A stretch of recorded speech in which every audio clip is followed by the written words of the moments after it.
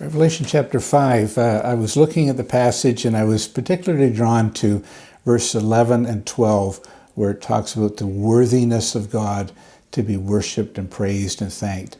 I was reminded a while ago of what it means to glorify God.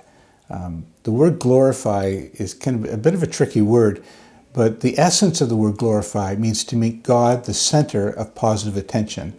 Sometimes we say, well, this is that person's moment of glory, meaning that all eyes are on that person and people are thinking highly of them.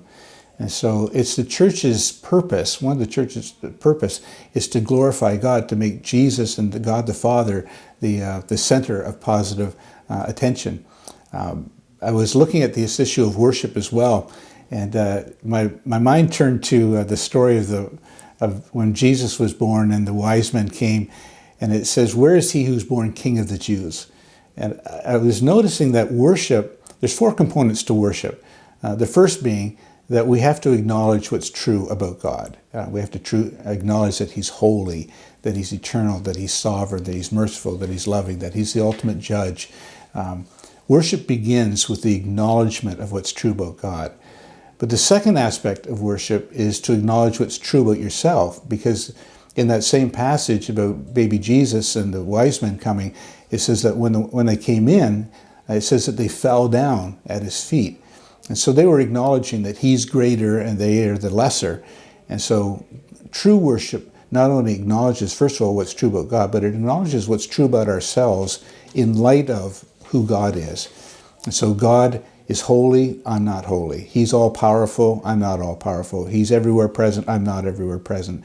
So the first two aspects of worship is acknowledge what's true about God, acknowledge what's true about yourself. And then third of all, what's going on in Revelation chapter 5 is the offering of something. The wise men offered gold and silver and frankincense, but the Bible says later on, it talks about offering a sacrifice of praise.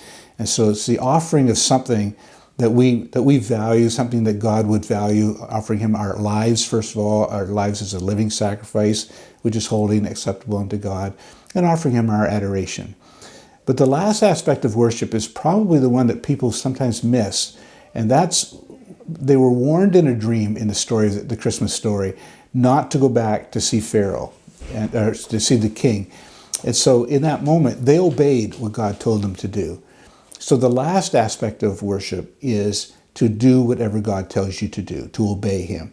So I was looking at Revelation chapter 5, verse 11 and 12. My eyes went on that passage about adoring on God and making him famous and glorifying him and giving him thanks. And my mind turned to worship, and that's what I took out of that Revelation 5 passage.